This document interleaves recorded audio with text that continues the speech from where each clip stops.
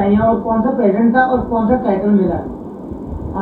Feeling बहुत ज़्यादा अच्छी है और बहुत ज़्यादा खुश हूँ, बहुत ज़्यादा डिलाइटेड हूँ इस टाइटल को जीतने के बाद। टाइटल था Mrs India 2022 gold category. Organisers कौन कौन थे मैम? ऑर्गेनाइजर्स के लिए क्या कहेंगे, इतना बड़ा प्लेटफॉर्म आपको दिया? ऑर्गेनाइजर्स थे आशीर्वाद consultancy, Mrs Anshu Mudgal, Mrs Madhu Sharma and उन्होंने बहुत ज़्यादा सपोर्ट किया। They have stood out like a family and उनकी बदौलत उनकी मेंटरिंग के अंडर मैंने बहुत अच्छा परफॉर्म किया एंड ये टाइटल जीता। आपसे सवाल है, जब आपकी पत्नी इस फील्ड में आगे जा रही थी तो आपको क्या लग रहा था? कोई परेशानी आई बीच में, ऑफिस जाने में कोई दिक्कत, लेट सवेर या नाश्ता बनाने में कोई देरी, इस तरीके की कोई प्रॉब्लम्स आपको क्रिएट हुई? नहीं, डेफिनेटली बिल्कुल भी नहीं, क्योंकि प्रीति शुरू से ही हर चीज़ों को प्रॉपर मैनेज करके चलती है। उन्होंने हर चीज़ों के एक पूरा प्रॉपर अरेंजमेंट कर रखे थे।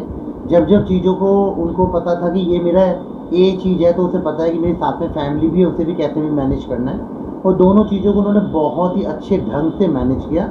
और एज एन हस्बैंड हमें कभी भी कोई प्रॉब्लम नहीं आई और हमेशा हम उनके सपोर्ट के लिए हमेशा खड़े हैं। आपकी वाइफ आपसे और 4 कदम आगे जा रही है, मतलब लोग में ज़्यादा पहचान आपसे ज़्यादा बन रही है उनकी, तो कहीं आपको कोई प्रॉब्लम तो क्रिएट नहीं हो रही है बीच में? मुझे तो उल्टा बहुत खुशी हो रही है, क्योंकि उनकी वजह से जो पहचान मेरी खुद, आप मेरा इंटरव्यू ले रहे हैं तो मेरी तो खुद भी पहचान बन रही है।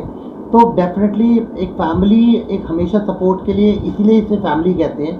फैमिली का कोई भी मेंबर आगे बढ़ता है तो साथ में फैमिली भी आगे बढ़ती है। हर कामयाब आदमी के पीछे मैम एक औरत का हाथ होता है, ऐसा कहावत है, लेकिन जैसे कि सर बता रहे हैं कि आपने जो हासिल किया है उससे सर का फेम बढ़ रहा है, ये बहुत बड़ी बात है, कोई नहीं कहता। इसके लिए क्या कहेंगे? इसके लिए यही कहूँगी, तभी मैंने बहुत से अपने इंटरव्यूज़ में ये बोला कि मुझे एक हस्बैंड नहीं, मुझे एक फ्रेंड मिला है, और एक फ्रेंड ही एक फ्रेंड की तरक्की होता है, जिसमें उसको वो पूरा सपोर्ट करता है, कोई जेलसी नहीं होती, कोई मिक्स फीलिंग्स नहीं होती। तो इन्होंने मुझे एक फ्रेंड की तरह ही हमेशा सपोर्ट किया। एज ए पेरेंट्स, आपकी बेटी ने जो मुकाम हासिल किया है, तो आपको क्या लग रहा है? आपको पहले से उम्मीद थी या बचपन में कभी इन्होंने ऐसी कोई भावना थी इनकी कि इस फील्ड में आगे जाएंगी?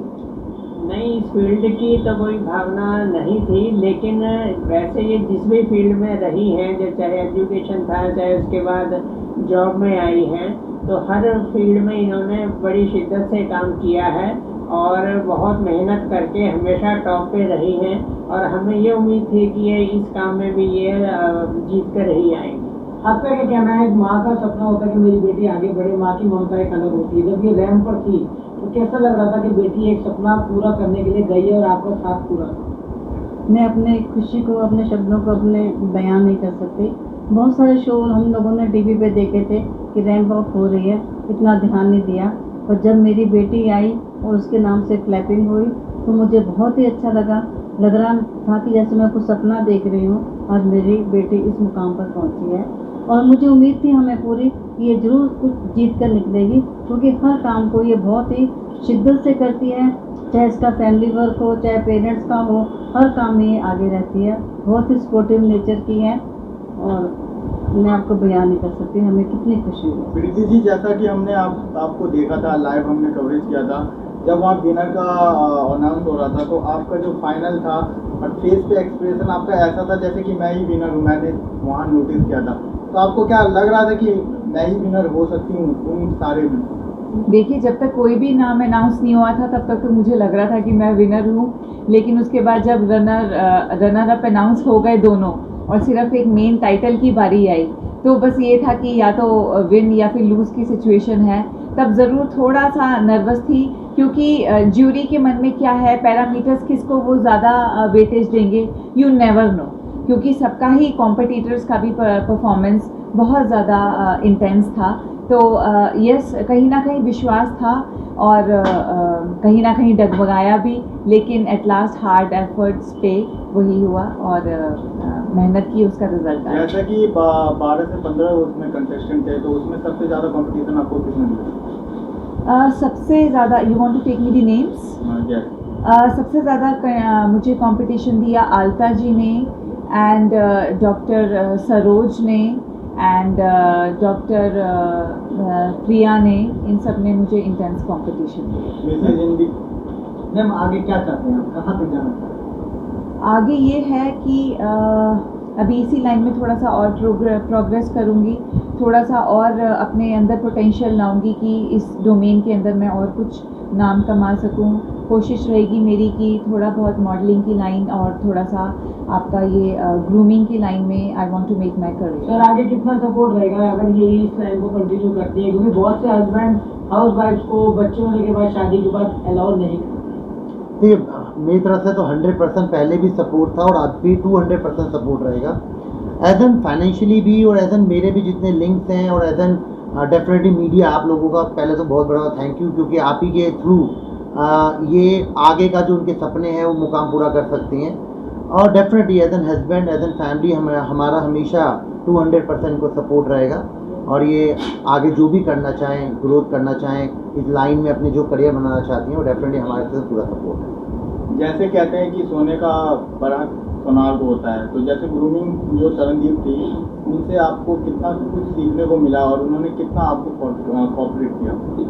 सीखने को ये मिला कि उन्हीं की ग्रूमिंग, उन्हीं की इंस्ट्रक्शंस की वजह से मैं आज यहाँ पर हूँ और उन्होंने भी मेरे अंदर बहुत ज़्यादा कॉन्फिडेंस जगाया, मुझे मोटिवेट किया। मैंने कभी रैंप वॉक नहीं किया था, मुझे रैंप वॉक करना सिखाया एंड उनकी इंस्ट्रक्शंस इतनी ज़्यादा इंटेंस थी, कभी डांटती थी, कभी वो प्यार से समझाती थी, as a teacher, as a friend. तो उस हर एस्पेक्ट का आज उस चीज़ को जीतने में बहुत बहुत बड़ा हाथ है। किसी सोशल मीडिया पे आपने बोला था कि जब मैं कहीं बैठी थी तो किसी ने मेरे को तरनदीप जो वहाँ के ग्रूमर थी वो उसको मतलब किसी ने आपको वो पहचानने में वो कर दिया था, तो उस टाइम आपका क्या था फेस पे? बहुत अच्छा लगा था। एक्चुअली क्या था कि एथनिक राउंड था, हम सब लोग रेडी थे and we were sitting and waiting for a round to come. तो मेरे पास एक मेरी ही को कंटेंडर आती हैं और कहती हैं कि तरनदीप मैम आप यहाँ पे कैसे? तो मैंने कहा I am not Tarandeep, I am Preeti. तो वहीं पे ही मुझे लगा कि मैंने टाइटल जीत लिया। आप जो आपकी ग्रूमर हैं, अगर उनकी हल्की सी भी छवि आपके अंदर देखने को मिल जाती है, इसका मतलब आपने उस चीज़ को बहुत अडेप्ट किया है, आपने बहुत अच्छा उस चीज़ में शिद्दत से काम किया है। मैम जैसा कि पता है लोगों को कि आप आईटी फील्ड में भी अच्छा जॉब कर रही हैं और अच्छी पोस्ट पे थी, तो आप दो फील्ड अब कैसे संभालेंगी? कौन सा फील्ड में जाना चाहेंगी? आईटी फील्ड में भी अच्छी तनख्वाह है और अच्छी सैलरी है जैसा कि आप ले रही हैं, और ग्लैमरस की दुनिया का तो पूछो मत, जो इंसान आगे बढ़ गया वो तो पीछे मुड़ के देखता नहीं है। लेकिन कहावत भी है कि ग्लैमरस की दुनिया सबको रास नहीं आती। आप आगे तो बढ़ रही हैं लेकिन कहाँ तक जाएंगी? नंबर एक। दूसरा सवाल इसमें से ये, क्या आप आईटी फील्ड को छोड़ के इसी में जाएंगे या दोनों फील्ड में फिर बराबर कैसे संतुलन बना के रखेंगे? देखिए अभी तो मेरी कोशिश ये है कि मैं दोनों में पूरा बैलेंस बना के चल रही हूँ, क्योंकि जिस कंपनी में हूँ मैं उसको मैंने यहाँ पे अराउंड 14 ईयर्स दिए हैं। 14 साल से इस कंपनी में एज अ GM काम कर रही हूँ। तो एकदम से एक नया मुकाम पाते ही अपने पुराने किरदार को छोड़ देना, वो साथ संबंध छोड़ देना, मुझे नहीं लगता कि मैं जेन्युइन करूँगी। तो वो है बिकॉज मेरा वर्क फ्रॉम होम है और बहुत फ्लेक्सिबल टाइमिंग्स हैं। मुझे नहीं लगता कि मुझे इस अपॉर्चुनिटी को अपनाने में या इसमें मुझे इवॉल्व होने में टाइम लगेगा या मुझे टाइम नहीं मिलेगा। बिल्कुल मिलेगा। मैं बैलेंस बना के चलती हूँ। अपना रूटीन मैंने थोड़ा अर्ली मॉर्निंग का कर लिया है, वही जो लेट होता था अर्ली मॉर्निंग उठ के मैं टाइम को डिवाइड करके बहुत तरीके से दोनों ही चीज़ों को बैलेंस करके चलती हूँ। दोनों चीज़ें करने के बाद क्या आप अपनी फैमिली, अपने बच्चों को कुछ टाइम दे पा रही हैं या नहीं दे पा रही हैं? कल मुझे मेरे हस्बैंड ने पहली बार बोला लाइफ में कि तुम मुझे अब टाइम नहीं देती हो, लेकिन कहीं ना कहीं शायद ये उनकी शिकायत थी, लेकिन मुझे सुनकर इतना अच्छा लगा कि मैंने उन्हें हक किया, क्योंकि उन्होंने भी शिकायत बहुत प्यार और मीठी की थी कि तुम मुझे टाइम नहीं देती। पहले मैं हमेशा उनके लिए फ्री रहती थी, अब कॉल्स होते हैं कई जगह जूम पे या मेरे इंटरव्यूज़ चल रहे होते हैं, तो बहुत अच्छा लगा। और मुझे नहीं लगता कि मेरी फैमिली में इस चीज़ का बैलेंस बनाने के लिए मुझे कोई भी प्रॉब्लम आएगी। मेरी फैमिली सपोर्टिव है एंड मेरे लिए हमेशा खड़ी है, सो मैं उसके लिए उनकी शुक्रगुजार हूँ। मैम इसमें बहुत सारी जो महिलाएं हैं जैसे कंपटीशन में हिस्सा लेती हैं, लेकिन सभी आगे तक नहीं जा पाती। कुछ महिलाएं ऐसी होती हैं जो हताश हो जाती हैं, निराश हो जाती हैं और फिर आगे तक नहीं जा पाती, तो उनके लिए क्या संदेश देना चाहती हैं? देखिए ऐसे हर पेजेंट में होता है, इस पेजेंट में भी ऐसे ही हुआ कि कुछ कंटेंडर्स ऐसे होते हैं जो बहुत मेहनत करते हैं, लेकिन मुकाम 2 या 3 ही टाइटल्स होते हैं तो वो सबको नहीं मिल पाता। तो ऐसे कंटेंडर्स के लिए ये कहूँगी कि आपने पहल की, आपने इनिशिएट किया, that is a commendable thing.